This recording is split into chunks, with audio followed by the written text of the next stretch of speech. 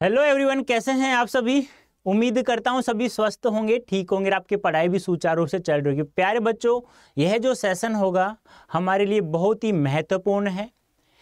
यदि आज तक भी आप लोगों ने कुछ भी नहीं पढ़ा है तो अभी हमारा कुछ भी नहीं बिगड़ा है। यानी कहने का तात्पर्य क्या है, आज जो यह सेशन हम लोग पढ़ रहे हैं यह हमारे लिए महत्वपूर्ण, बहुत बहुत बहुत महत्वपूर्ण होने वाला है।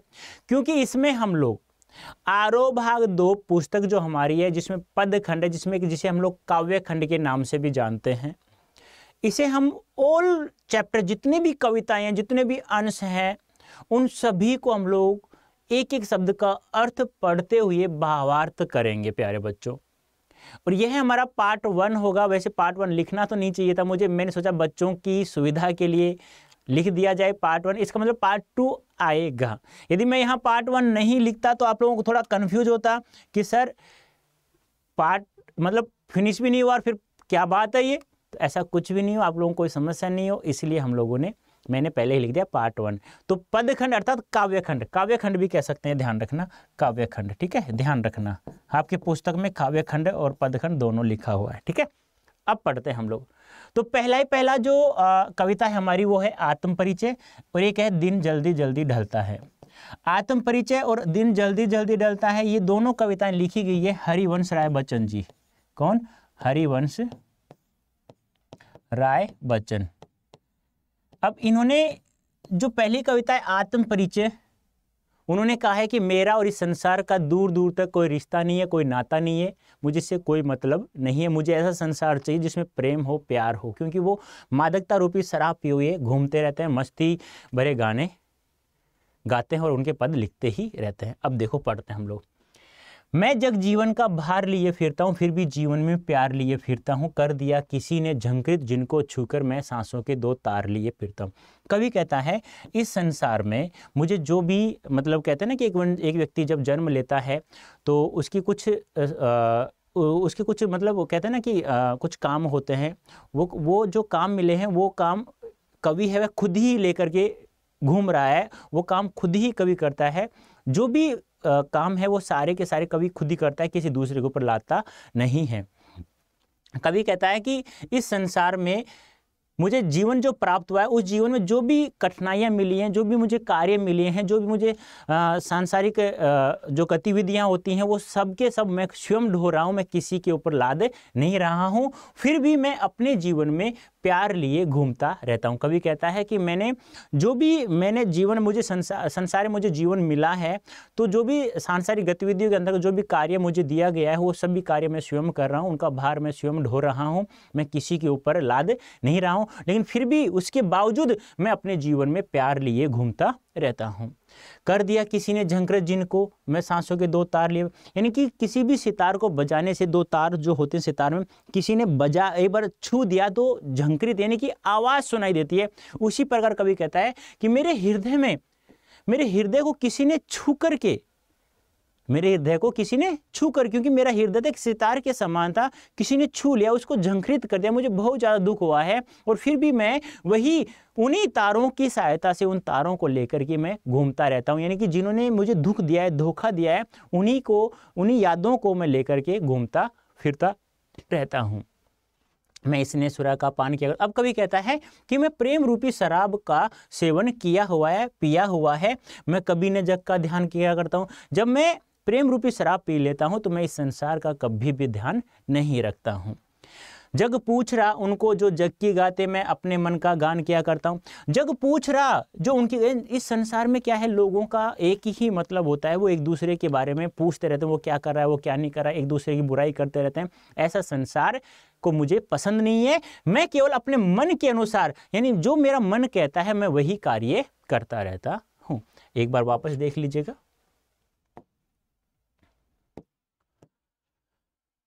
कवि कहता है कि संसार में मुझे जो जीवन मिला है और मेरे संसारी गतिविधियों के अंतर्गत मुझे जो कार्य मिला है, जो भार लिया हुआ है, वो सब मैं खुद ही ढो रहा हूँ। मैं उन कार्यों को खुद ही कार्य कर रहा हूँ, मैं किसी के ऊपर लाद नहीं रहा हूँ। फिर भी मैं अपने जीवन में प्यार लिए घूमता रहता हूँ।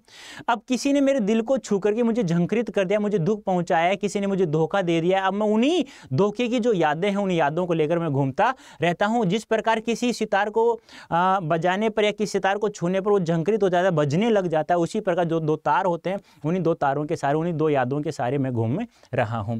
अब मैंने अपने प्रेम रूपी शराब का क्या किया हुआ है, सेवन किया हुआ है, पी रखी है मैंने, इसलिए मैं कभी भी इस संसार का ध्यान नहीं रखता हूं, इस संसार का ख्याल नहीं रखता हूं। क्योंकि इस संसार में लोग एक दूसरे की बुराई करते रहते हैं, वो मुझे बिल्कुल पसंद नहीं। मुझे प्रेम रूपी संसार पसंद है, इसलिए मेरा मन जो मुझे कहता है मैं वही कार्य करता रहता हूं।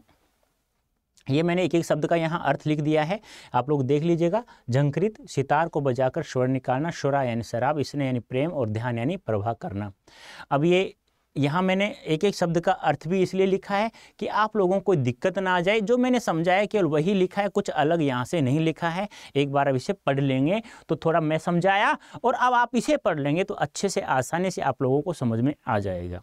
नेक्स्ट, मैं निज उर के उद्गार लिए फिरता हूँ, मैं निज उर के उपहार लिए फिरता हूँ, है यह अपूर्ण संसार ने मुझको भाता, मैं सपनों का संसार लिए फिरता हूँ। मेरे हृदय में बहुत सारे उद्गार हैं, बहुत सारी, मतलब कहते हैं ना कि किसी के द्वारा दिया गया उपहार या उद्गार या उल्हना, वो सब लिए हुए मैं अपने हृदय में घूम रहा हूँ। मैं निज उर के उपहार लिए फिरता हूँ। अब लोगों ने मुझे सम्मान जो दिया है, लोगों ने मुझे जो उपहार दिया है, उस उपहार को लेकर भी मैं घूमता रहता हूँ। है यह अपूर्ण संसार मुझको, यह संसार है ना, पूरा नहीं है, यह संसार मुझे बिल्कुल भी पसंद नहीं है। मैं सपनों का संसार पे लिए फिरता हूँ, यानी कि ऐसे संसार मैं रोजाना मिटाता हूँ, रोजाना बनाता हूँ। मैं सपन में ऐसे बहुत सारे संसार बनाता हूँ, मिटाता रहता हूँ, क्योंकि मुझे प्रेम रूपी संसार पसंद है। ऐसा संसार मुझे पसंद नहीं है जहाँ एक दूसरे से लोग प्रेम नहीं करते हो, एक दूसरे की बुराई करते हों। ऐसा संसार मुझे बिल्कुल भी पसंद नहीं है। कभी कहता है कि मेरे हृदय में बहुत सारे उद्गार हैं, उनको लेकर के मैं घूमता रहता हूँ, और इस संसार ने मुझे जो उपहार स्वरूप जो कुछ भी भेंट दिया है मुझे पसंद करके, उनको मैं लेकर के घूमता रहता हूँ। यह संसार बिल्कुल भी पसंद मुझे नहीं है, क्योंकि यहाँ यह संसार अपूर्ण है, क्योंकि यहाँ प्रेम रूपी लोग रहते नहीं है, प्रेम रूपी संसार नहीं है। मुझे ऐसा संसार बिल्कुल भी पसंद नहीं है प्यारे बच्चों। और मैं सपन में ऐसे संसार पता नहीं कितने रोज बनाता हूँ, कितने मिटाता हूँ, क्योंकि मुझे प्रेम रूपी संसार पसंद है, जो अपने सपन में बनाता भी रहता हूँ और मिटाता भी रहता हूँ। मैं जला हृदय में अग्नि दहा करता हूँ, सुख दुख दोनों में मगन रहा करता हूँ। जग बहु सागर तरने को नाव बनाए, मैं बहु मौजों पर मस्त बहा करता हूँ। अब कवि कहता है कि मेरे हृदय में आग जली हुई है, अग्नि जली हुई है, उसमें मैं क्या कर रहा हूँ, जल रहा हूँ। यानी लोगों ने मुझे दुख दिया है, लोगों ने मुझे प्रेम नहीं किया, बहुत सारे दुख दिए हैं। और यह संसार भी ऐसा नहीं है, एक दूसरे की यहाँ लोग बुराई करते रहते हैं। तो मेरे हृदय में जो अग्नि जल रही है, उस अग्नि में मैं क्या कर रहा हूँ, जल रहा हूँ। दुख सुख दोनों में मगन रहता हूँ, चाहे दुख हो चाहे सुख हो, मैं अपने ही मन की करता रहता हूँ। मैं अपने अपने मन की करता हूँ, तो मैं अपने आप दुख और सुख में दोनों में मगन रहता हूँ, घूमता फिरता रहता हूँ।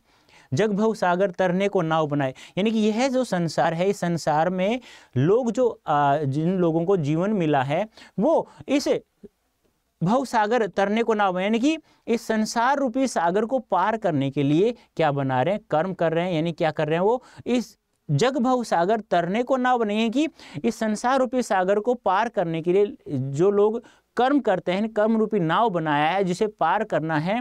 मैं मौजों पर मस्त बहा करता हूँ। अब मैं क्या करता हूँ, उस सागर की लहरों पर बैठ करके मैं उस सागर को मस्त बहा करता हूँ, उस सागर को मैं पार कर जाता हूँ। लेकिन लोग क्या करते हैं, अपने इस जीवन को पार करने के लिए एक कर्म रूपी नाव बनाते हैं, और फिर वो सागर को पार करते हैं, संसार को पार करते हैं, अपने जीवन को पार करते हैं। और मैं क्या करता हूँ, उस समुद्र की लहरों पर बैठ करके मैं उसे पार कर जाता हूँ। एक बार वापस देखना, कवि क्या कह रहा है, कवि कह रहा है कि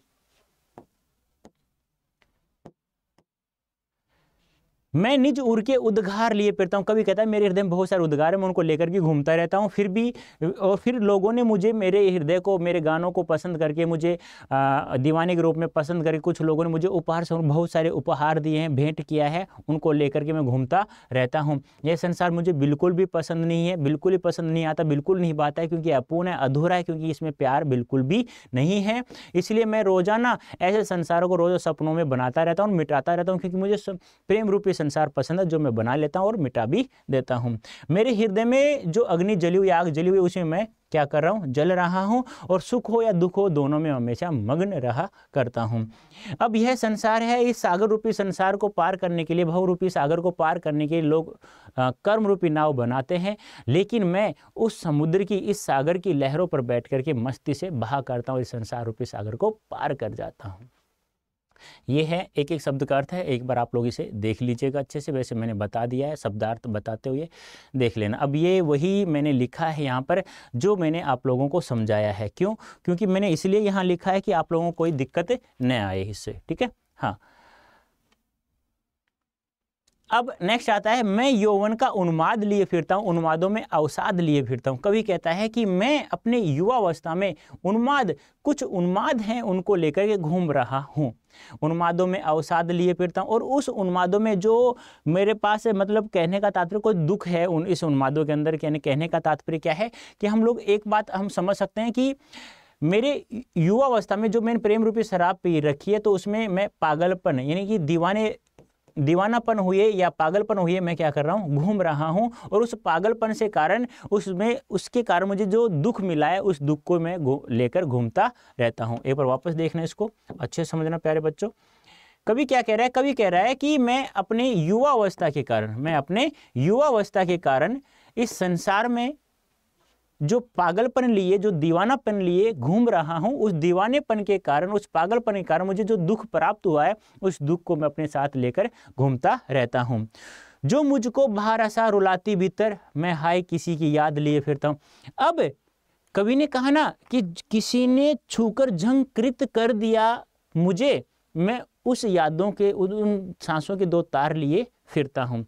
कहा था ना, तो कवि को यहाँ क्या हुआ, कवि को कोई याद आ रहा है, कवि को अपनी प्रेमिका की याद आ रही है, और वो कह रहा है कि वह मुझे बाहर से तो आती है, लेकिन मैं अंदर से बहुत ज़्यादा रोता हूँ, क्योंकि लोगों को लगता है कि मैं हंस रहा हूँ, मैं सुखी हूँ, लेकिन किसी प्रेमिका ने कवि को धोखा दिया है। कवि कह रहा है कि मैं बाहर से तुम्हें हंसता हुआ दिखाई दे रहा हूँ, लेकिन अंदर से बहुत ज़्यादा दुख है, वह मुझे अंदर ही अंदर याद आती है, मैं अंदर अंदर उसे रोता रहता हूँ, उसे याद करते हुए रहता हूँ।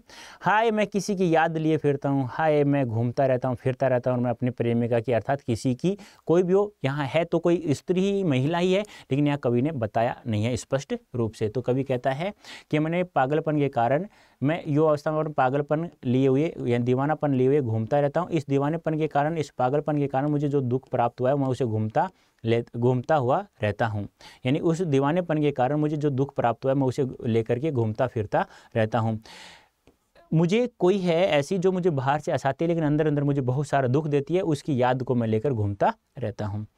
कर यत्न मिटे सब, सत्य किसी ने जाना। यानी कि बहुत सारे लोगों ने बहुत सारा प्रयत्न किया है, लेकिन इस संसार में जो सत्य है, उस सत्य को किसी ने भी नहीं जाना। यानी कि बहुत सारे प्रयत्न किए लोगों ने, और सब में वो प्रयत्न सब समाप्त भी हो गए, खराब भी हो गए, क्योंकि फिर भी किसी ने भी इस सत्य को नहीं जाना है। नादान वही है हाय जहाँ पर दाना, और मूर्ख भी वही है जो अपने आप को समझदार समझता है। क्यों? क्योंकि जहाँ पर जिसको कुछ खाने को प्राप्त हो जाता है, वह वहीं की वहीं रुक जाता है। फिर भी मूढ़ ने क्या जग, जो इस पर भी सीखे, मैं सीख रहा हूँ सीखा ज्ञान पुराना। यानी कि इस संसार ने मुझे जो कुछ भी दिया है, उस ज्ञान को मैं क्या कर रहा हूँ, भूलना चाहता हूँ। क्योंकि इसमें मैं, इस संसार में मुझे जो भी दिया है, इन मूर्खों से मुझे जो भी प्राप्त हुआ है, उस ज्ञान को मैं भूलना चाहता हूँ। यानी कि मैंने इस संसार से जो भी ज्ञान सीखा है, मैं उसे भूलना चाहता हूँ। क्यों? क्योंकि इस संसार में क्या है, मूर्ख लोग रहते हैं, संसार क्या है, मूर्ख है।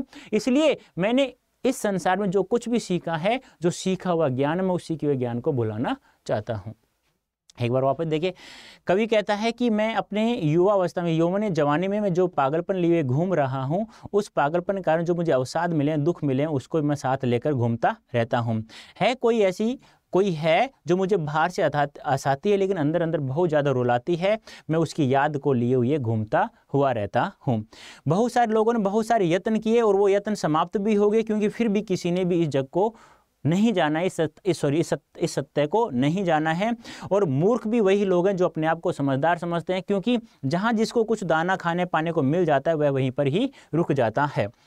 फिर मूढ़ ने क्या जग, यानी कि यह संसार क्या है, मूर्ख नहीं तो और क्या है, यह संसार मूढ़ नहीं तो अर्थात मूर्ख नहीं तो और क्या है जो इस पर भी सीखे, यानी कि यह संसार मूर्ख नहीं तो और क्या है, और यह किसी को सिखा भी क्या सकता है, जिसने भी किसी को सिखाया एक दूसरे की बुराई करना सीखा है आपस में। मैं सीख रहा हूँ, सीखा ज्ञान भुलाना, इस संसार से मैंने कोई भी ज्ञान सीखा है उस ज्ञान को मैं भुलाना चाहता हूँ। देख लेना ये अर्थ एक बार, थोड़ा सा शब्दों का अर्थ भी ध्यान रखना है प्यारे बच्चों आप लोगों को, ठीक है। ये जो मैंने यहाँ लिखा है प्यारे बच्चों वही लिखा है जो मैंने समझाया, क्योंकि यहीं से ही आप लोगों को एक बार इसको पढ़ना है, पढ़ करके आप लोगों को सब समझ में आ जाएगा। नेक्स्ट है, मैं और जग और कहाँ का नाता, मैं बना बना कितने जग रोज मिटाता। कवि कहता है कि मेरे और इस संसार के मध्य किसी प्रकार का कोई संबंध नहीं है, कोई नाता नहीं है। कवि कहता है कि मेरा और इस संसार का दूर दूर तक कोई रिश्ता, कोई संबंध बिल्कुल भी नहीं है। ऐसे संसार तो मैं रोजाना अपने सौपन में रोज बनाता हूँ, रोज मिटाता रहता हूँ। जग जिस पृथ्वी पर रोज जोड़ा करता वैभव, मैं प्रतिपग से उस पृथ्वी को ठुकराता। यानी कि इस पृथ्वी पर, इस संसार में जितने भी लोग रहते हैं, इस संसार में पृथ्वी के ऊपर जितने भी लोग रहते हैं, वो सब अपना धन वैभव यानी कि धन दौलत, अपनी सुख सुविधाएं, अपने भौतिक विलास को पूरा करने के लिए इकट्ठा करते रहते हैं धन को, और मैं ऐसे संसार को अपने पैरों से, ऐसी पृथ्वी को मैं रोज ठुकराता रहता हूँ। मैं निज रोदन में राग लिए फिरता हूँ, शीतलवानी में आग लिए फिरता हूँ, और फिर भी मैं अपने रोदन में प्रेम लिए हुए फिरता रहता हूँ, और मैं अपनी शीतलवानी में आग लिए फिरता रहता हूँ। हो जिस पर भूपों के प्रसाद निछावर, वह खंडर का भाग लिए फिरता हूँ। यानी कि हो जिस पर भूपों के प्रसाद निछावर, यानी कि मैं उस पृथ्वी का वह खंडर, वह भाग लिए हुए घूम रहा हूँ जिस पर बहुत सारे राजाओं ने अपने प्राण न्योछावर, बहुत सारे राजाओं ने जिन महलों पर बहुत सारे राजाओं ने अपने प्राण न्योछावर कर दिए हैं, मैं वही पृथ्वी का वही खंडर, वही भाग लिए हुए घूम रहा हूँ। कहने का तात्पर्य क्या है, कवि कहता है कि मेरा और इस संसार का दूर दूर तक कोई रिश्ता नाता नहीं है। ऐसे संसारों को तो मैं रोजाना बनाता हूँ, रोजाना मिटाता रहता हूँ अपने शौपन में। और इस पृथ्वी पर जितने भी लोग रहते हैं, इस संसार की पृथ्वी पर जितने भी लोग रहते हैं, वो सब अपना धन दौलत वैभव इकट्ठा करने में लगे हुए रहते हैं, क्योंकि वो अपनी भौतिक बहुत विलासी इच्छाओं को पूरा करना चाहते हैं। ऐसे संसार को मैं प्रत्येक अपने पैर से इस पृथ्वी को मैं ठुकराता रहता हूँ। मैं अपने रोदन में प्रेम लिए, फिर भी मैं अपने रोदन में, अपने हृदय में प्रेम को लिए हुए फिरता रहता हूँ, और अपनी शीतल वाणी में, अपनी मधुर वाणी में आग लिए फिरता हूँ। ऐसा लोगों को महसूस होता है। अब मैं पृथ्वी का वह खंडर, वह भाग लिए फिरता हूँ जिस पर बहुत सारे राजाओं ने अपने महलों को क्या कर दिया, न्योछावर कर दिया है। वह पृथ्वी का खंड, वह भाग लिए हुए मैं फिर रहा हूँ। देख लो एक बार, शब्दों को भी देख लेना, ठीक है। शब्दों का अर्थ ध्यान रखना थोड़ा सा, ये एक एक शब्द का अर्थ जो मैंने बताया उसका भावार्थ है। यहाँ पे थोड़ा सा किसी को दिक्कत हो तो वो भी देख लीजिएगा, यहाँ से एक बार पढ़ लीजिएगा अच्छे से इसको, ठीक है। हाँ, नेक्स्ट। अब कवि कहता है कि मैं रोया इसको तुम कहते हो गाना, मैं फूट पड़ा तुम कहते छंद बनाना। कवि कहता है कि जब मैंने अपने दुख को शब्दों के रूप में प्रकट किया तो लोग कहते हैं कि देखो कवि ने गाना बना दिया है। मैं फूट पड़ा तुम कहते हो छंद बना, और मैं अपनी पीड़ा को जोर जोर से जब रोने लगा तो लोग कहते हैं देखो कवि ने छंद बना दिया है। क्यों कवि कहकर यह संसार मुझे अपनाए, मैं दुनिया का हूँ एक नया दीवाना। कवि कहता है यह संसार है ना, मुझे कवि के रूप में अपना रहा है, कवि के रूप में मान सम्मान दे रहा है। मुझे कवि के रूप में मान सम्मान नहीं चाहिए, मैं तो इस दुनिया का एक नया दीवाना हूँ। मेरी वेशभूषा, मेरा मस्तिष्क, मेरा जो भी है वो सब कुछ मन में, मस्तिष्क में क्या है, एक दीवानापन लिए हुए मैं घूमता रहता हूँ। मैं दीवानों का वेश लिए फिरता हूँ, यानी मेरी वेशभूषा वो भी दीवानों जैसी है। मैं मादकता निशेष लिए फिरता हूँ, और मेरे मन में, मेरे मन मस्तिष्क में, मेरे पूरे शरीर में क्या है, दीवानापन ही है। जिसको सुनकर जग झूमे झुके लहराए, और जिसको सुनकर के संसार झूमे लहराए। और मैं मस्ती का संदेश, यानी कि मैं ऐसी मस्ती का संदेश, ऐसे पद गाया करता हूँ, ऐसे पद गाया करता हूँ जिससे यह संसार के जो लोग हैं सुन करके झूम उठते हैं, यानी कि नाच उठते हैं, लहराते रहते हैं, अपने हाथों को घुमाते इधर उधर घूमते हुए दिखाई देते हैं। कवि क्या कह रहा है एक बार वापस देख लीजिएगा। मैं रोया इसको तुम कहते हो गाना, मैं फूट पड़ा, तुम कहते हो छंद। कवि कहता है कि मैंने जब अपने दुख को शब्दों के रूप में प्रकट किया तो लोगों ने कहा कि देखो कवि ने गाना बना दिया, और मैं अपनी पीड़ा को जोर जोर से रोया तो लोगों ने कहा कि देखो कवि ने छंद बना दिया। यह संसार है, यह मुझे कवि के रूप में अपना रहा है, लेकिन मैं इस दुनिया का एक नया दीवाना हूँ। मेरी वेशभूषा, मेरा मन, मेरा मस्तिष्क है, मेरा जो शरीर है, मन मस्तिष्क, जो भी ऐसा कोई शेष नहीं बचा जिसमें दीवानेपन की गूंज नहीं है। जिसको सुनकर जग झूमे, झुके लहराए मस्ती का संदेश, यानी मैं हमेशा इस संसार में मस्ती का यानी प्रेम का संदेश लिए घूमता रहा, जिसे यह संसार के लोग हैं ना सुन करके हमेशा मस्ती में झूमते रहते हैं, घूमते रहते हैं। और मैं दीवानेपन की, मैं इसने सुरा यानी प्रेम रूपी शराब का सेवन किया हुआ है। कवि कहता है कि मैं रोया, अपने मन की पीड़ा को व्यक्त किया, तो उसे इस संसार ने क्या समझा, गीत समझा। तुमने समझा कवि गा रहा है, मेरे हृदय की वेदना जब गीत बनकर फूट पड़ी तो तुमने अर्थात इस संसार ने कहा वाह क्या छंद रचा है, अर्थात हृदय की व्यथा शब्द रूप में प्रकट हुई। तो संसार इस प्रक्रिया को छंद बनाना कहती है। कवि प्रश्न करता है कि यह संसार मुझे कवि मानकर मेरा सम्मान करना चाहता है, अर्थात यह संसार मुझे कवि के रूप में अपनाने के लिए तैयार क्यों है। मैं चाहता हूँ कि मुझे यह संसार दीवाने के रूप में यानी कवि के रूप में नहीं, मुझे प्रेम दीवाने के रूप में देखे, क्योंकि मैं स्वयं को दीवाना कहता हूँ और मैं हर स्थिति परिस्थिति में मस्त रहता हूँ। कवि कहता है कि यह दीवानापन मेरे हृदय में नहीं है, मेरे मन में भी है, मेरी वेशभूषा में भी दीवानों जैसी है। जहां मैं भी जाता हूं मैं दीवानगी से पूरे वातावरण को दीवाना बना देता हूं, उसे मस्ती से भर देता हूं। आगे कवि कहता है कि मेरे गीतों में मस्ती है, ऐसी मस्ती है जो सुनकर यह संसार झूम उठता है और लोग मस्ती में लहराने लग जाते हैं, अर्थात आनंद से झूमने लगते हैं। और मैं ऐसी मस्ती का संदेश लेकर घूमता अर्थात विचरण करता रहता हूँ। यह संसार मेरे गीतों से प्रभावित हुआ है, इसलिए मैं चाहता हूँ लोग मुझे इस दुनिया का नया दीवाना समझे, कवि समझने की भूल न करे। अब आता है निशा निमंत्रण से एक गीत दिया हुआ है जिसमें दिन जल्दी जल्दी लड़ता है। इसमें एक मनुष्य की, वास्तविक रूप से हम लोग बात करें, एक मनुष्य की परिस्थिति को दिखाया गया। एक पथिक है, वह थक जाने के बाद में भी उसकी पीड़ा को व्यक्त किया है कि अपने प्रेमी से मिलने के लिए कहीं वो बिछड़ न जाए। हो जाए न पथ में रात, कहीं मंजिल भी तो दूर नहीं है, सोच थका दिन का पंथी भी जल्दी जल्दी चलता है, दिन जल्दी जल्दी ढलता है। कवि कहता है कि एक पथिक है जो दिन भर चल रहा है, दिन भर चल रहा है। अब उसे वह सोचता है कि अभी तो मेरी मंजिल भी दूर नहीं है और कहीं रास्ते में ही मुझे रात नहीं हो जाए। मंजिल मेरे पास में है, लेकिन फिर भी वह जल्दी जल्दी चलता है उस थके हुए पैरों से, क्योंकि उसे डर लगता है कि मैं अपने प्रेमी से मिलने कहीं चूक न हो जाऊं, कहीं रात हो गई तो मैं रास्ता भटक जाऊंगा और मैं अपनी प्रेमी से नहीं मिल पाऊंगा। तो कवि कहता है एक पथिक है, वह पथिक दिन भर चल रहा है, वह बिल्कुल थक चुका है और फिर भी वह अपने पैरों से जल्दी जल्दी चलता है। क्यों? जब उसे यह याद आती है कि रात हो रही है और मेरी मंजिल भी अभी पास में ही है, दूर भी नहीं है, और कहीं रात हो गई मुझे तो मैं कहीं रास्ता न भटक जाऊं और मैं अपनी प्रेमी से मिल न पाऊं कहीं। तो वह डर के मारे उन्हीं थके हुए पैरों से फिर जल्दी जल्दी चलता है। उसे डर लगता है कहीं दिन जल्दी जल्दी, वह सोच रहा है कहीं दिन जल्दी जल्दी डल रहा है और कहीं जल्दी से रात हो गई तो मैं रास्ता भटक जाऊंगा। कवि कहता है कि दिन भर चलकर अपनी मंजिल तक पहुंचने वाला पथिक देखता है कि उसकी मंजिल पास ही समीप ही होती है। इस कारण वह थकान होने के बावजूद भी जल्दी जल्दी चलता है। वह अपने प्रिय के पास पहुंचने ही वाला है। उसे डर लगता है कि कहीं उसे चलते चलते रास्ते में रात न हो जाए, इसलिए वह प्रिय मिलन की कामना से जल्दी जल्दी पैरों को रखता है। प्रिय मिलन की आतुरता के कारण उसे प्रतीत होता है कि दिन जल्दी जल्दी ढल रहा है। बच्चे प्रत्याशा में होंगे, नीड़ों से झांक रहे होंगे, यह ध्यान परों में चिड़ियों के भरता कितनी चंचलता, दिन जल्दी जल्दी। अब यहाँ एक चिड़िया के बारे में बताया गया कि चिड़िया दाना लेने के लिए मतलब आ चुकी उड़ करके, अब उसे जैसे वह दाना लिया तो दाने लेते ही उसको अपने बच्चों का ध्यान आया। वह सोच रही है कि बच्चे मेरे इंतजार में घोंसले से बाहर नज़र मारूंगी, कब मेरी माँ आएगी, कब हमें खाना खिलाएगी। तो यह जो ध्यान आना अपने बच्चों का, तो यह उनके पैरों में पंखों में चंचलता भर देता है और फिर उन्हीं पंखों से वह जल्दी जल्दी उड़ने की कोशिश करती है। उसे डर है कहीं दिन जल्दी जल्दी न ढल जाए।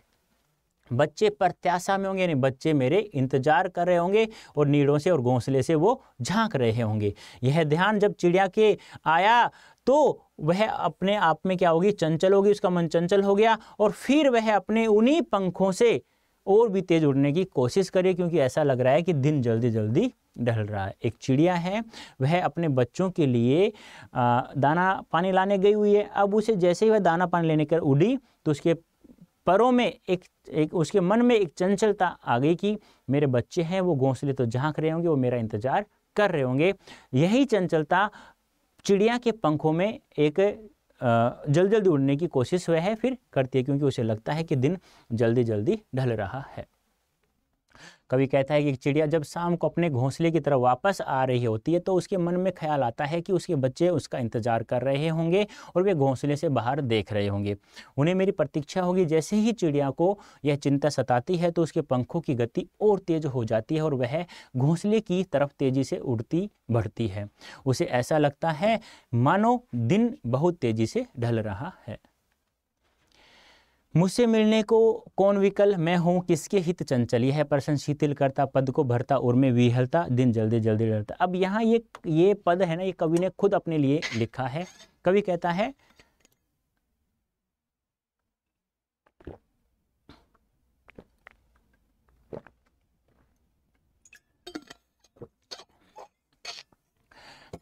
है जैसे शाम होने लगती है, दिन जल्दी उसे महसूस होता है कि शाम हो गई, अब घर चला जाए, क्योंकि आपको पता है कि शाम के समय सभी जो व्यापारी होते हैं वो अपने घर जाते हैं। तो एक मिनट बेटा, जब मैं सोच रहा हूँ क्या कारण है ऐसा। तो जब कवि जल्दी जल्दी चलता है तो उसे याद होता है, उसे ध्यान आता है कि मैं व्याकुल क्यों हो रहा हूँ, क्योंकि मेरे घर पर मुझसे मिलने के लिए कोई व्याकुल नहीं है। मैं क्यों किसी के हित चंचल हो रहा हूँ, क्योंकि मैं है ना, जब मेरे मिलने के लिए घर पर कोई नहीं है तो मेरे मिलने के लिए कोई व्याकुल नहीं हो रहा है, तो मैं इतने चंचल क्यों हो रहा हूँ, मैं इतनी चंचलता से क्यों जल्दी जल्दी चल रहा हूँ। जब यह ध्यान उसके आता है तो उसके पैरों में क्या आ जाती है, शिथिलता आ जाती है, वह धीरे धीरे लग जाता है और उसके हृदय में बहुत बड़ा एक दुख छा जाता है कि कवि सोचता है कि अब मैं जल्दी जल्दी चल रहा हूँ तो क्यों चल रहा हूँ, क्योंकि घर पर मेरा इंतजार कोई नहीं कर रहा है, कोई मेरे मिलने के लिए कोई व्याकुल नहीं हो रहा है। अब मैं किसके हित चंचल हो रहा हूँ, यह जैसे ही प्रश्न कवि के दिमाग में आता है तो उसके पैरों में क्या आ जाती है, शिथिलता आ जाती है और उसके हृदय में बहुत बड़ा एक दुख होता है और उसे महसूस हो रहा है कि कहीं दिन जल्दी जल्दी ढल रहा है। तो ये हो गया आत्म परिचय और दिन जल्दी जल्दी ढलता है। ठीक है, इसको पढ़ लेना, जो मैंने समझाया वही यहाँ लिखा है। ठीक है, ये शब्दों के एक एक शब्द का अर्थ है, देख लेना एक बार इनको भी। अब आती है पतंग, और पतंग कविता आपको पता है किसने लिखा है, आलोक धनवा जी ने। ठीक है, अब यहाँ इस पतंग कविता में कवि ने बालकों की बाल सुलभ इच्छाओं को बताया गया है एक मनोवैज्ञानिक ढंग से, यानी कि उनकी एक बालक की मन की उत्कंठा जो इच्छा होती है उनको यहाँ पर दर्शाने की कोशिश कवि ने की है। कवि कहता है कि सबसे तेज बौछारी गई भादो गई, यानी कि जो भाद्रपद महीना था, जो भादो महीना था जिसमें सबसे तेज बारिशें होती थी, वह अब जा चुका है। और जैसे ही भादो गया, जैसे चैत्र वैशाख ज्येष्ठ आषाढ़ श्रावण भाद्रपद आश्विन कार्तिक माघ पौष माघ फागुन, श्रावण के बाद भादो आता है ना, तो वह कवि कहता है कि सबसे तेज बारिश वाला मौसम यानी महीना जा चुका है और सवेरा हो चुका है। अब वह जो सवेरा हो रहा है वह कैसा नजर आ रहा है, खरगोश की आंखों जैसा लाल लाल नजर आ रहा है। फिर कवि कहता है शरद आया पुलों को पार करते, अब शरद ऋतु आ गया है और वह ऐसा नजर आ रहा है कि पुलों को वह पार करते हुए आ रहा है और अपनी नई चमकीली साइकिल को तेज चलाते हुए शरद पुलों को पार करते हुए आ रहा है और वह जोर जोर से अपनी साइकिल घंटी बजा रहा है और नए नए इशारों से, रंग बिरंगे इशारों से बच्चे के झुंड को, पतंग उड़ाने वाले बच्चों के झुंड को अपनी ओर बुलाने की कोशिश कर रहा है, इशारों से बच्चों के झुंड को बुला रहा है। कवि कहता है कि सबसे तेज बारिश वाला जो महीना था, भाद्रपद भादवा महीना था, वह अब जा चुका है। जैसे ही सवेरा हुआ तो वह सवेरा है, वह कैसा नजर आ रहा है, खरगोश की आंखों जैसा लाल लाल नजर आ रहा है। और अब शरद ऋतु का आगमन हो रहा है। शरद ऋतु का आगमन कैसे हो रहा है, वह तेज रंग बिरंगी साइकिल चलाते हुए पुलों को पार करते हुए आ रही है और अपने साइकिल की घंटी को तेज तेज बजाते हुए नए रंग बिरंगे इशारों, चमकीले इशारों से पतंग उड़ाने वाले बच्चों के झुंड को अपनी ओर बुला रहा है। चमकीले इशारों से बुलाते हुए आकाश को इतना मुलायम बनाते और बच्चों के झुंड को नए नए इशारों, रंग बिरंगे इशारों से अपनी ओर बुला रहा है और साथ में आकाश को भी मुलायम साफ करते हुए आ रहा है शरद। क्यों? क्योंकि पतंग ऊपर उठ सके। कम पतंग है जो ऊपर, जब पतंग आसमान साफ होगा तभी तो पतंग उड़ेगी। फिर कह रहा है कि दुनिया इसलिए कर रहा है वो मुलायम आकाश को कि दुनिया की सबसे हल्की और रंगीन चीज़ उड़ सके। दुनिया की जो पतंग है यह सबसे हल्की और रंगीन होती है, यह उड़ सके। दुनिया के सबसे पतला कागज उड़ सके इसलिए मुलायम बना रहा है। बांस की सबसे पतली कमानी उड़ सके इसलिए वह आकाश को मुलायम करता हुआ आ रहा है। कि शुरू हो सके सीटियों, किलकारियों और तितलियों की इतनी नाजुक दुनिया। यह है जो मौसम है शरद ऋतु वाला, शरद आया है, यह ऐसा मौसम है जिस समय बच्चे पतंग उड़ाते हैं तो बहुत सारी सीटियाँ, आवाज़, किलकारियाँ मारते हैं और यह मौसम में रंग बिरंगी तितलियाँ भी उड़ती हैं, क्योंकि यह मौसम भी रंग बिरंगी तितलियों का और पतंग उड़ाने वाला मौसम है। कवि कहता है कि शरद है वह रंग बिरंगे इशारों से बच्चों के झुंड को अपने पास बुला रहा है और साथ में आकाश को मुलायम कोमल बनाता हुआ आ रहा है, क्योंकि वह चाहता है कि यह जो पतंग है यह ऊपर उड़ सके। दुनिया का सबसे पतला कागज यह ऊपर उड़ सके, यह दुनिया का पतला कागज उड़ सके, यह पतली कमानी उड़ सके और यह रंग बिरंगी चीज़ उड़ सके। और जब जैसे पतंगे उड़ेंगी तो चारों तरफ सीटियाँ और किलकारियों की आवाज़ सुनाई देगी और यह जो समय आ रहा है शरद ऋतु वाला, इसमें रंग बिरंगी तितलियाँ भी उड़ती हुई नजर आएंगी। देख लेना इनको भी थोड़ा सा, वैसे मैंने समझा दिया है, एक बार आप लोग भी देख लीजिएगा। यह अर्थ है, व्याख्या है, ये व्याख्या आप लोग देख लीजिएगा, ठीक है।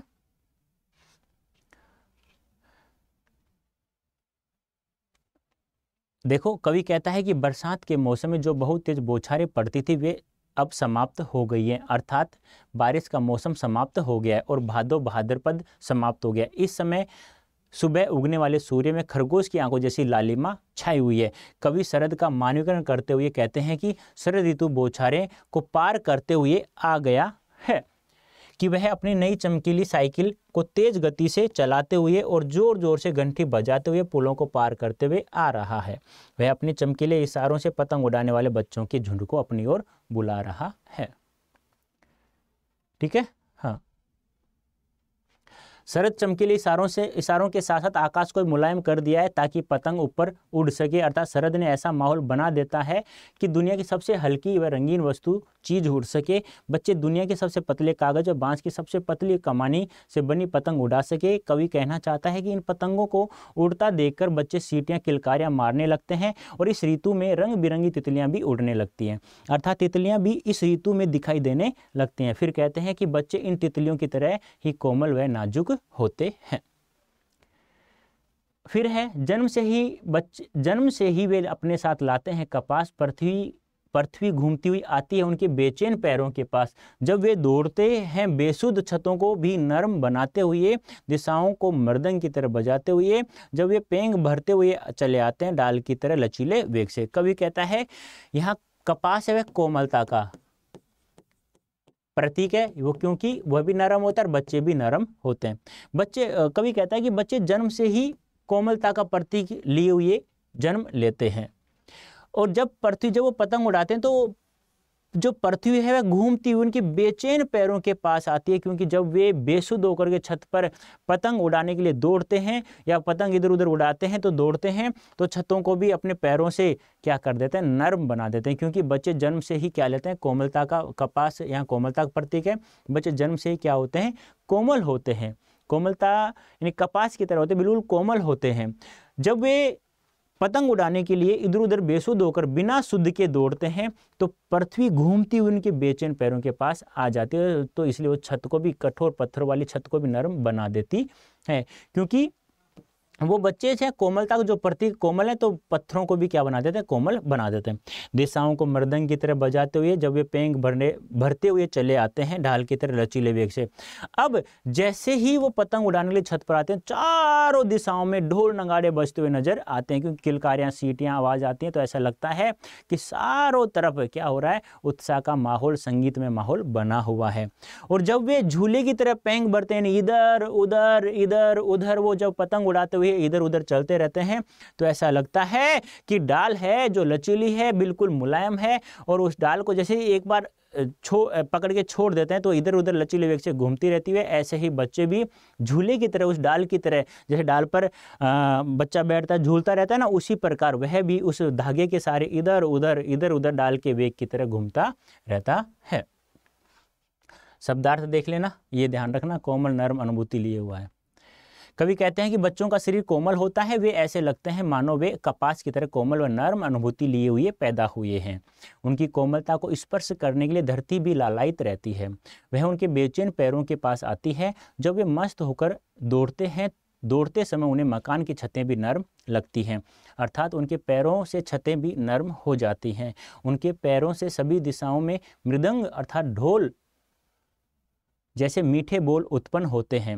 वे पतंग उड़ाते हुए इधर उधर झूले की पेंग की तरह आगे पीछे आते जाते रहते हैं। उनका शरीर भी ढाली की तरह लचीलापन होता है। अब कवि कह रहा है छतों के खतरनाक किनारों तक उस समय गिरने से बचाता है उन्हें, सिर्फ उन्हें ही उनका रोमांचित शरीर का संगीत। पतंगों की धड़कती ऊंचाइयां उन्हें थाम लेती है, महज एक धागे के सहारे पतंगों के साथ साथ वे भी उड़ रहे हैं अपने रंध्रों के सहारे। कवि कहता है जब बच्चे छत पर पतंग उड़ाते हैं तो छत के कोने पे आ जाते, खतरनाक किनारों पर आ जाते हैं, तो उस समय उन्हें कोई नहीं बचाता है, केवल उनका रोमांचित शरीर का जो संगीत है, जो है धागा है, जिस धागे के सारे पतंग उड़ा रहे वही धागा है, जो उसका रोमांच है, जिसका जो प्रफुल्लित होता है, यानी रोमांचित जो शरीर का संगीत है, वही उसे बचा लेता है। पतंगों की धड़कती ऊंचाई उन्हें थाम लेती है महज एक धागे के सहारे।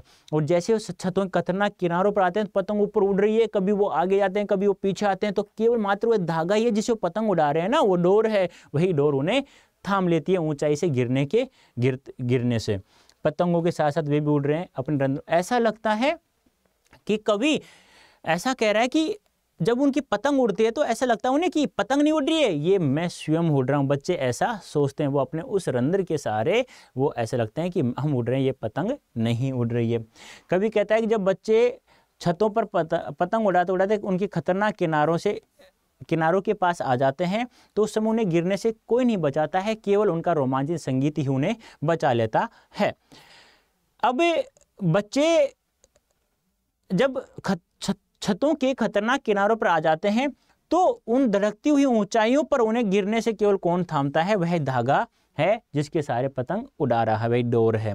और ऐसा लगता है कि पतंगों के साथ साथ बच्चे भी उड़ रहे हैं, ऐसा बच्चों को महसूस होता है, क्योंकि अपने रंध्रों के सारे वो भी क्या कर रहे हैं, उड़ रहे हैं।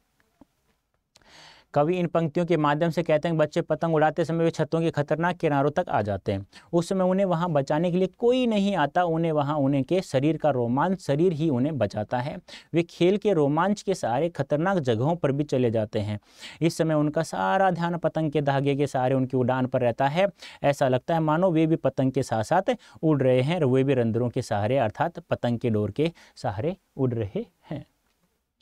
अगर वे कभी गिरते भी हैं छतों के खतरनाक किनारों से तो और बच जाते हैं, तब तो और भी निडर होकर सुनहले सूरज के सामने आते हैं। अब कभी कहता है कभी कभी वो छतों के खतरनाक किनारे से गिर भी जाते हैं तो वो कोमलता का प्रतीक है, कोमल शरीर होता है, तो वह जैसे गिरते हैं तो उनका कहते हैं ना बच्चों का रखवाला तो भगवान है, तो जैसे वो खतरनाक किनारे से गिर जाते हैं तो उन्हें कोई चोट का महसूस नहीं होता है। फिर वो निडर होकर के, बेसुध होकर के फिर वापस छत पे सुनहले सूरज के सामने पतंग उड़ाने के लिए आ जाते हैं।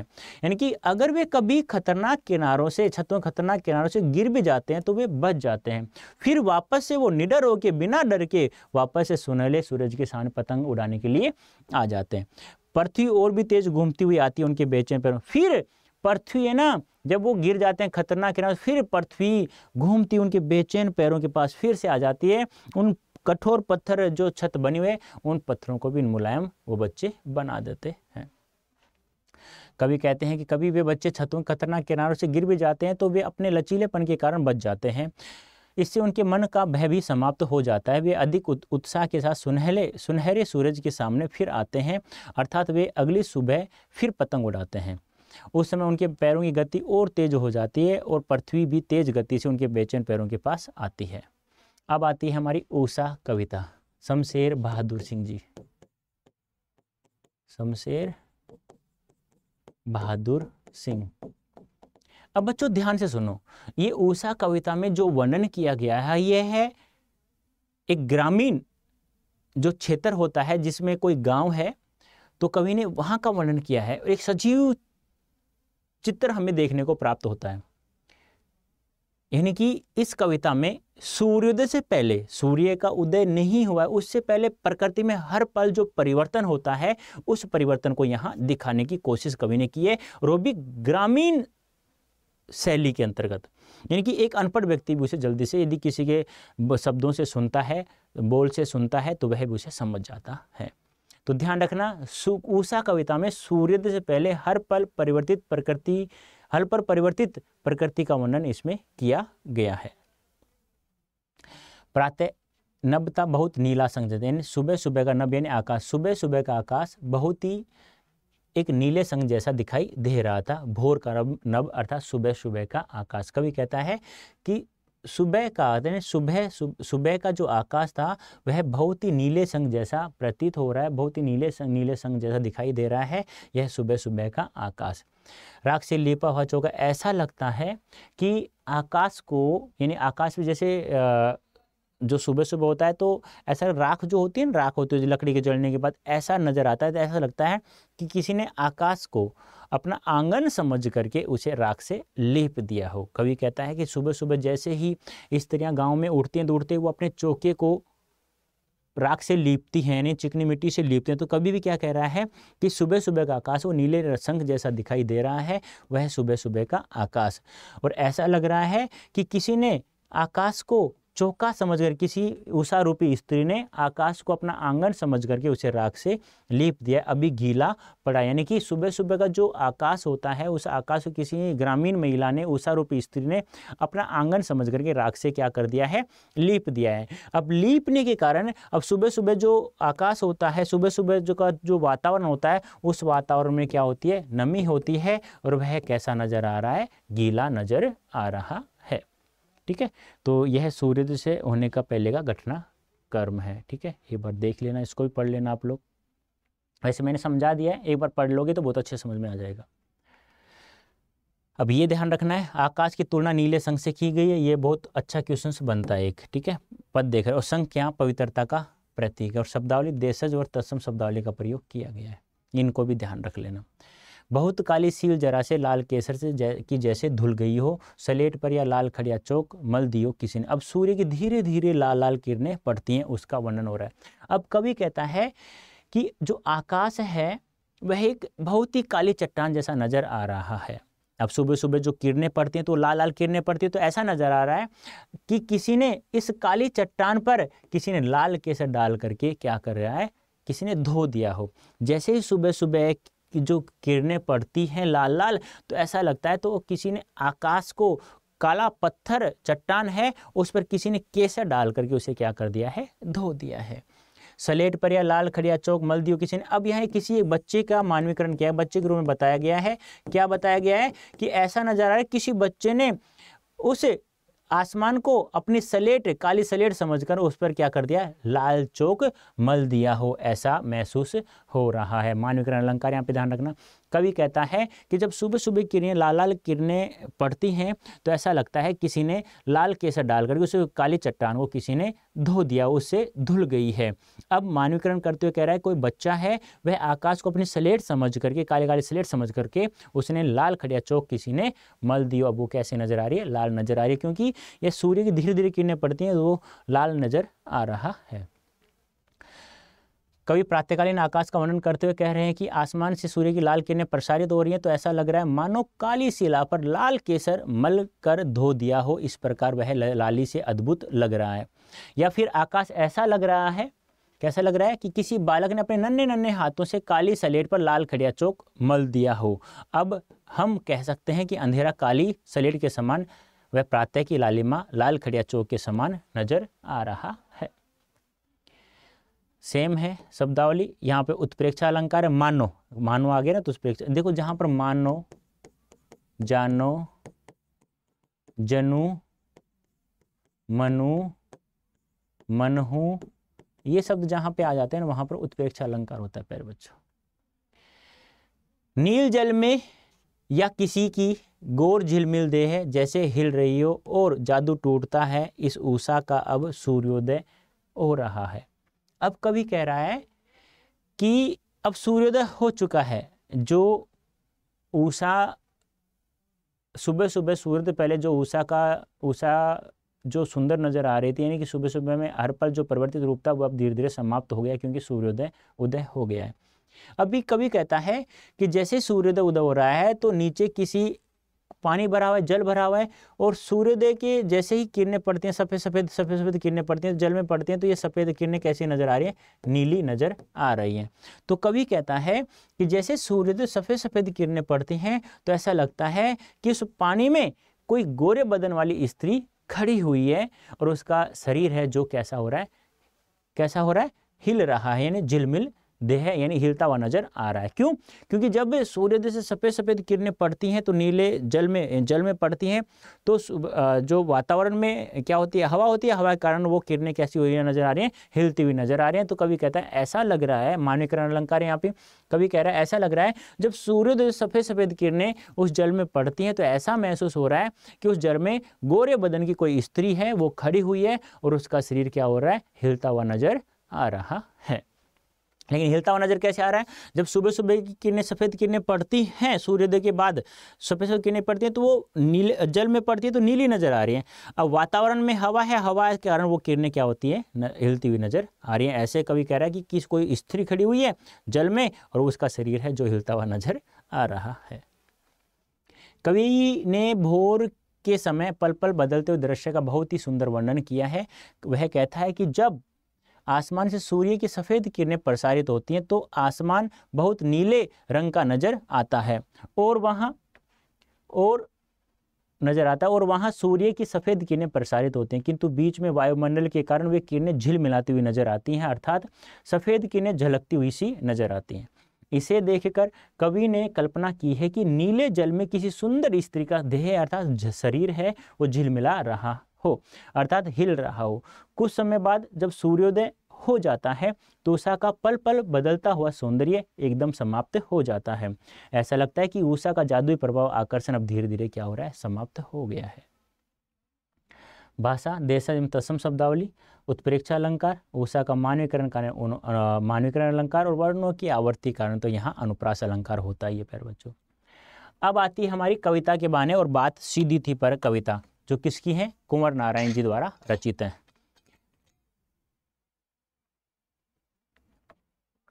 समझ में आ रहा है क्या? एक बार कमेंट करके बता दो यार, और जिन्होंने सेशन को लाइक नहीं किया वो लाइक भी कर दो।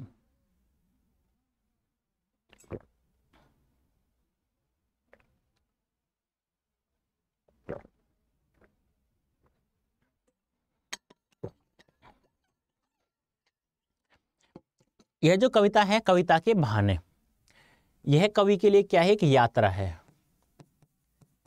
क्यों?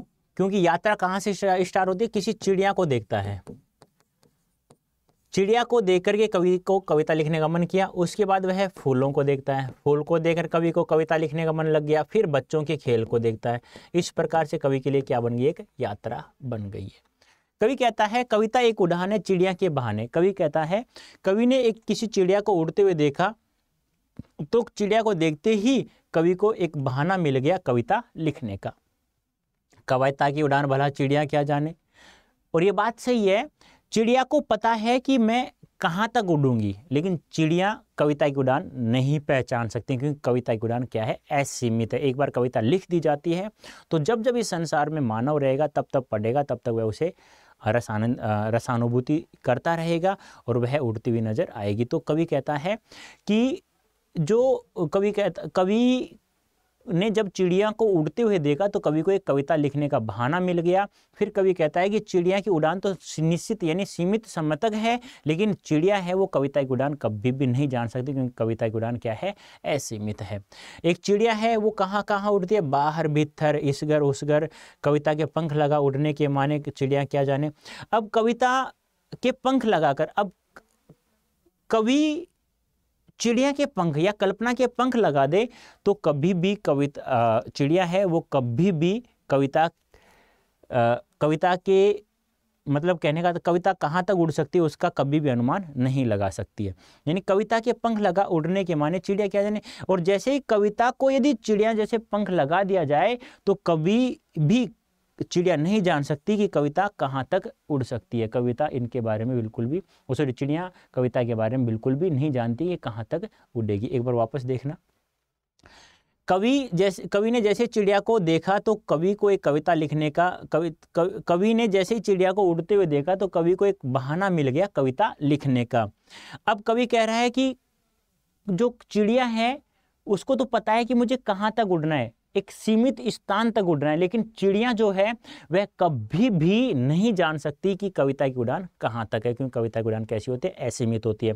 अब कवि कहता है कि चिड़िया जो है इस घर उस घर बाहर भीतर उड़ती रहती है, और यदि मैं कविता को कल्पना के पंख लगा दूं या चिड़िया के पंख लगा दूं तो जैसे ही वह उड़ेगी तो चिड़िया कभी भी नहीं जान सकती कि कविता कहाँ तक उड़ेगी। यानी कविता की जो सीमा है वह कभी भी चिड़िया नहीं पहचान सकती कविता कहाँ तक उड़ सके, क्योंकि चिड़िया क्या जाने, यानी कि चिड़िया है वह कविता की उड़ान बिल्कुल भी नहीं जान सकती। कवि कहता है कि मुझे एक चिड़िया को देखकर एक कविता लिखने का बहाना मिल गया है। फिर कवि कहते हैं कि कविता कल्पना की उड़ान है। इसे सही सिद्ध करने के लिए उन्होंने एक चिड़िया का उदाहरण देते हैं और इसके साथ ही चिड़िया की उड़ान के बारे में भी कहते हैं। क्या कहते हैं? चिड़िया की उड़ान सीमित होती है किंतु कविता की कल्पना का दायरा असीमित है। चिड़िया बाहर भीतर इस घर से उस घर तक ही उड़ती है, परंतु कविता की उड़ान विस्तृत और असीमित होती है। कवि के भावों की कोई सीमा नहीं है, वह कविता को अच्छी बनाने के लिए अपने भावों को उसमें शामिल कर देता है।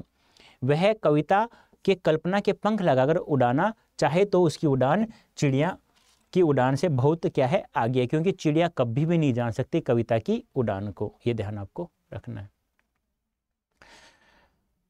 कविता एक खिलना है फूलों के बहाने। कविता का खिलना, भला फूल क्या जाने। अब कवि है वह फूलों को खिलते हुए देखा तो कवि को एक बहाना मिल गया कविता लिखने का। अब कवि ने क्या किया?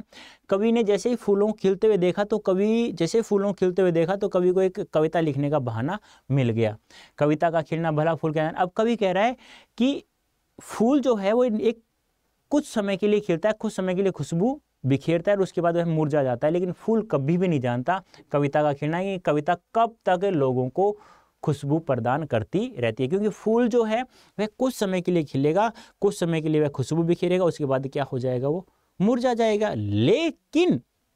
लेकिन जो कविता है उसका खिलना कभी भी फूल नहीं जान सकता, क्योंकि वह असीमित समय तक खुशबू बिखेरता रहता है। अब कवि कहता है जो फूल की खुशबू है कहाँ बाहर भीतर इस घर उस घर, यानी खिलता रहता है या यहीं खिलेगा या खुशबू बिखेरता रहेगा, बिना मुरझाए महकने के माने फूल क्या जाने। लेकिन कविता है वो कभी मुरझाती नहीं है। अब कविता के महकने के माने कभी बिना मुरझाए कविता खुशबू बिखेरती रहती है, यह कभी भी फूल नहीं जान सकता, क्योंकि फूल तो कुछ समय के लिए खिलता है, खुशबू बिखेरता है, फिर मुरझा जाता है, लेकिन कविता कभी भी मुरझाती नहीं है और कभी भी वह समाप्त नहीं होती है, खुशबू बिखेरती ही रहती है हमेशा।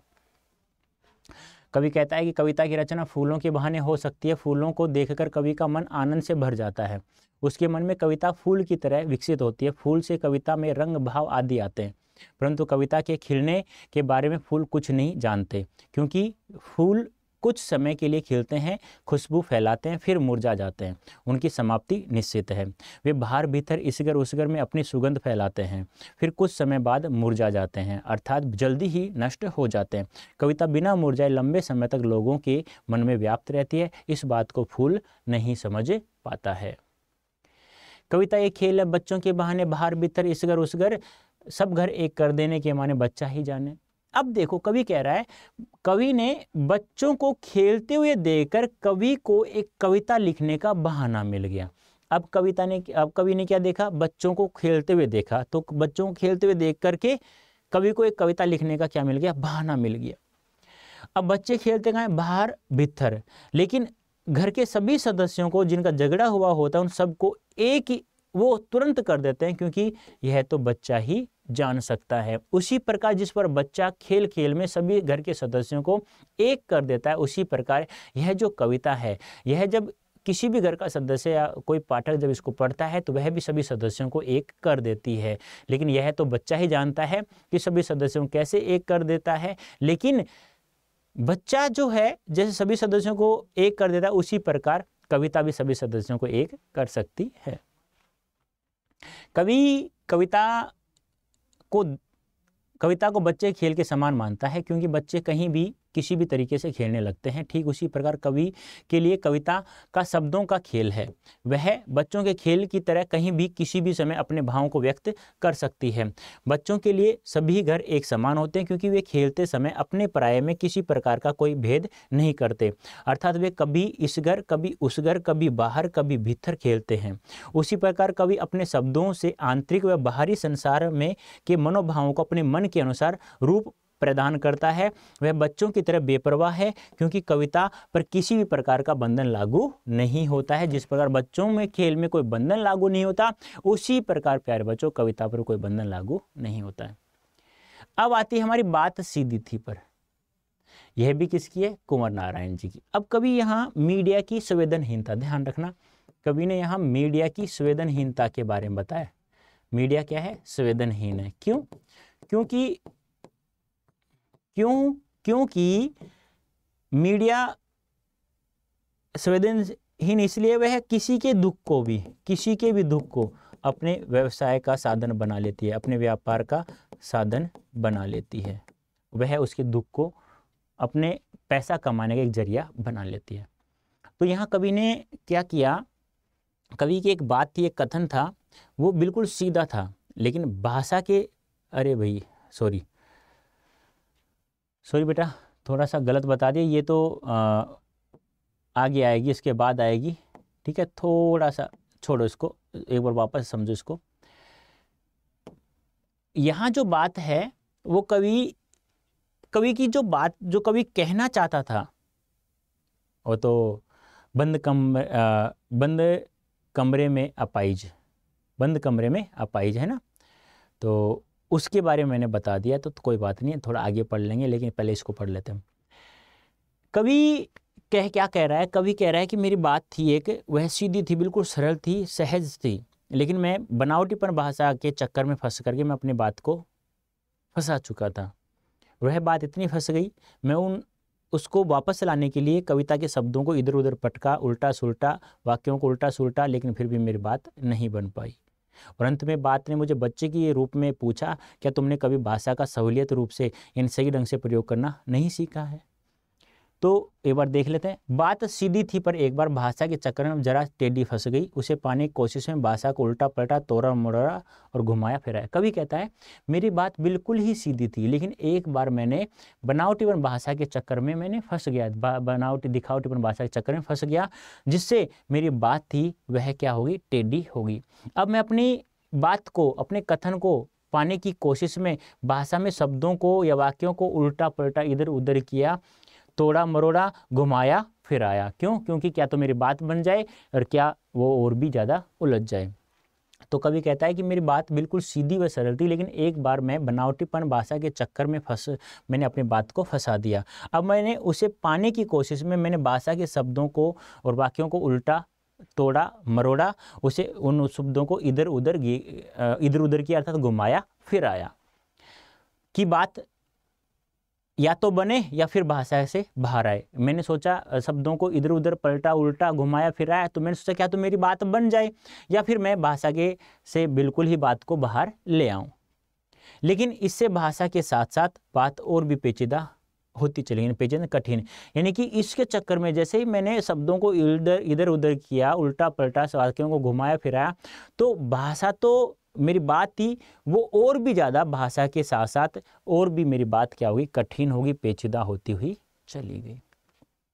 कवि कहता है कि वह अपने मन के भावों को सरल सहज रूप से अभिव्यक्त करना चाहता था, परंतु वह प्रभावी भाषा के रूप में प्रस्तुत करना चाहा तो भाषा के चक्कर में भावों की सरलता क्या हो गई? समाप्त हो गई, अर्थात बात टेढ़ी अर्थात जटिल हो गई।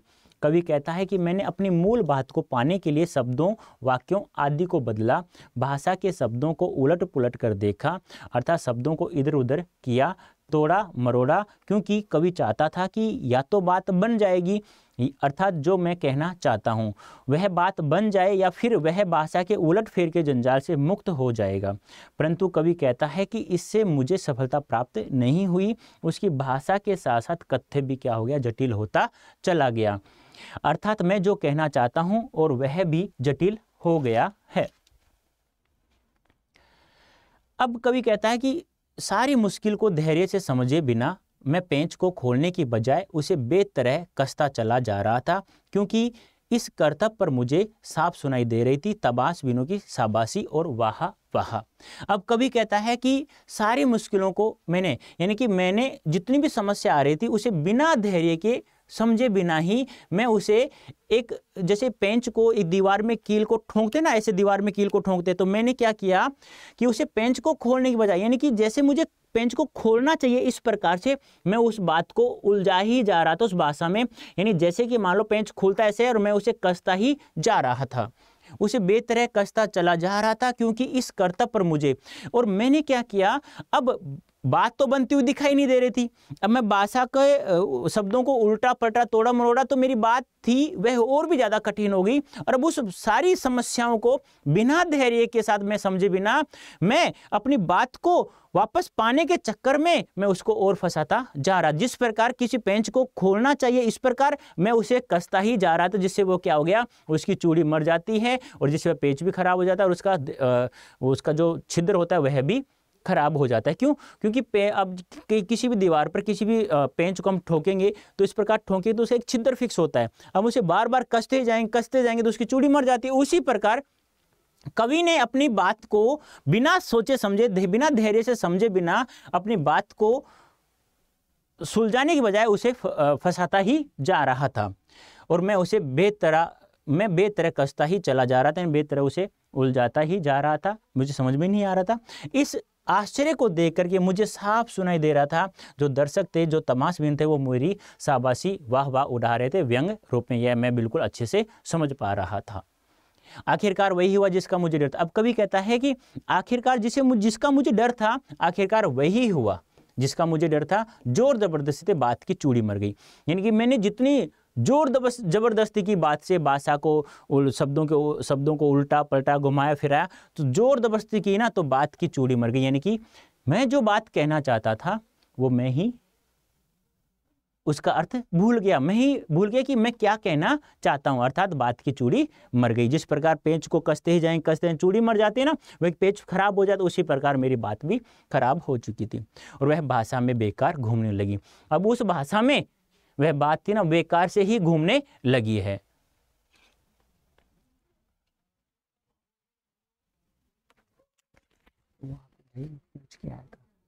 साढ़े 6 बजे तक एक बार। अब आखिरकार क्या हुआ, जिसे वो कवि को जिसका डर था वही हुआ कि उसने जैसे ही जोर जबरदस्ती की तो उसकी बात की क्या होगी, चूड़ी मर गई और वो बात थी वह भाषा के चक्कर में बेकार ही क्या करने लग गई, घूमने लग गई। कवि कहता है कि जब उसका कथ्य मुश्किल हो गया तो उसने इस समस्या को धीरज या ध्यान से समझे बिना कथ्य को और उलझा दिया, अर्थात कथ्य का अभिप्राय समझे बिना वह बनावटी भाषा का प्रयोग करने लगा और आडंबर युक्त भाषा का प्रयोग करने से वह भारी रूप से तो वह कथ्य सुंदर लग रहा था और लोग भी कवि के प्रयासों अर्थात कर्तव्य कलाबाजी को देखकर उसकी तारीफें कर रहे थे, जिसे वह सुन रहा था और समझ भी रहा था कि वह उसकी झूठी तारीफ अर्थात यह वाह वाह उसकी तारीफ नहीं उसका मजाक उड़ाया जा रहा था। कवि को जिस बात का डर था अंत में वही हुआ कि कथ्य सुलझाने के प्रयासों में वह प्रभावहीन हो गई और वह शब्दों का एक समूह बनकर रह गई, अर्थात कथ्य भाषा को उलझ कर रह गया है।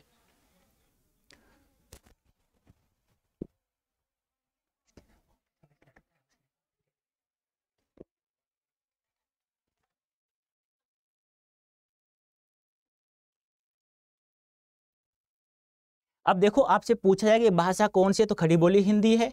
कैसी कविता, छंदमुक्त कविता है। कैसे शब्दावली का प्रयोग किया है, उर्दू व तत्सम शब्दावली का प्रयोग किया गया है। और वर्णों की आवर्तीकरण अनुप्रास, ये ध्यान रखना बात को पेज की तरह बताने से यहाँ पे क्या है, उपमा अलंकार का प्रयोग किया गया है। हार कर मैंने उसे कील की तरह हार कर यानी कवि हार कर मैंने उसे कील की तरह उसी जगह ठोक दिया, ऊपर से ठीक ठाक पर अंदर से न तो उसमें कसाव था और न ताकत। अब कवि कहता है कि जैसे बात की पेच की चूड़ी मर गई, तो मैंने क्या कहा, उसमें कहते हैं ना एक प्लास्टिक का सा लगा कील में, कील को ठोक देते उस पेंच में, उसी प्रकार मैंने भी अपनी बात को उस भाषा में कील की तरह ठोक दिया, वहीं की वहीं उसे छोड़ दिया है। अब वह बात थी, वह जो कथन था, ऊपर से तो मुझे ठीक ठाक लग रहा था, पर अंदर से न तो उसमें कसाव था न उसमें ताकत, यानी अर्थात मैं ही भूल गया था कि मेरी बात मैं क्या समझाना चाह रहा था पाठकों को, अब मैं ही नहीं समझ पा रहा हूं तो पाठक क्या समझ। ऊपर से वो अच्छी दिख रही थी लेकिन अंदर से उसमें कोई भी किसी प्रकार कसाव ताकत नहीं थी।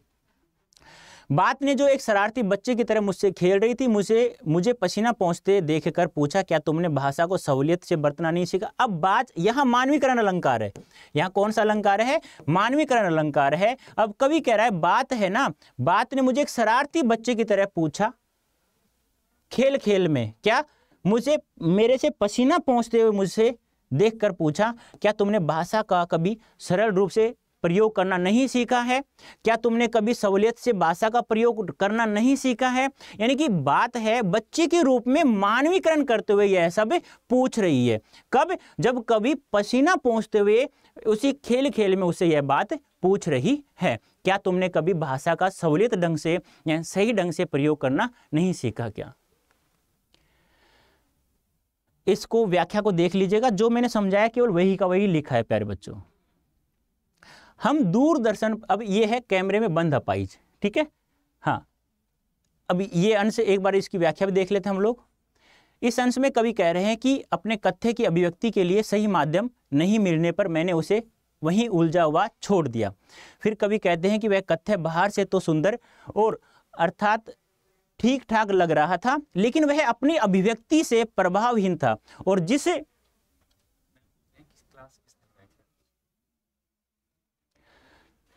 प्रभावहीन और जिस उद्देश्य के लिए उसका प्रयोग किया जाना था वह उस उद्देश्य में भी वह सफल नहीं हो पा रहा था। ऐसी स्थिति में उन दोनों के मध्य द्वंद्व चल रहा था कि कभी बात बनते दिख रही थी, कभी नहीं।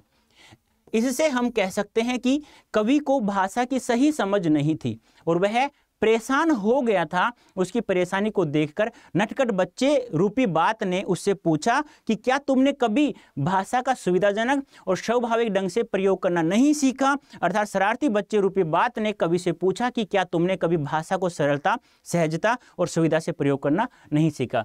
तो प्यारे बच्चों, ये था हमारा पार्ट फर्स्ट। अब कल हम कहाँ से पढ़ेंगे, यहाँ से पढ़ेंगे कैमरे में बंद अपाई से। तो ये पार्ट फर्स्ट हमारा समाप्त हो गया है, ठीक है। पार्ट फर्स्ट हमारा समाप्त हो गया है। कल हम लोग सेकंड पार्ट हम लोग दूसरे पार्ट में देखेंगे आगे वाली कविताएं। तो प्यारे बच्चों, कैसी लगा आपको ये सेशन, मुझे कमेंट करके अवश्य बताएंगे। तो अभी के लिए इतना ही। ओके बच्चों, धन्यवाद, थैंक यू सो मच।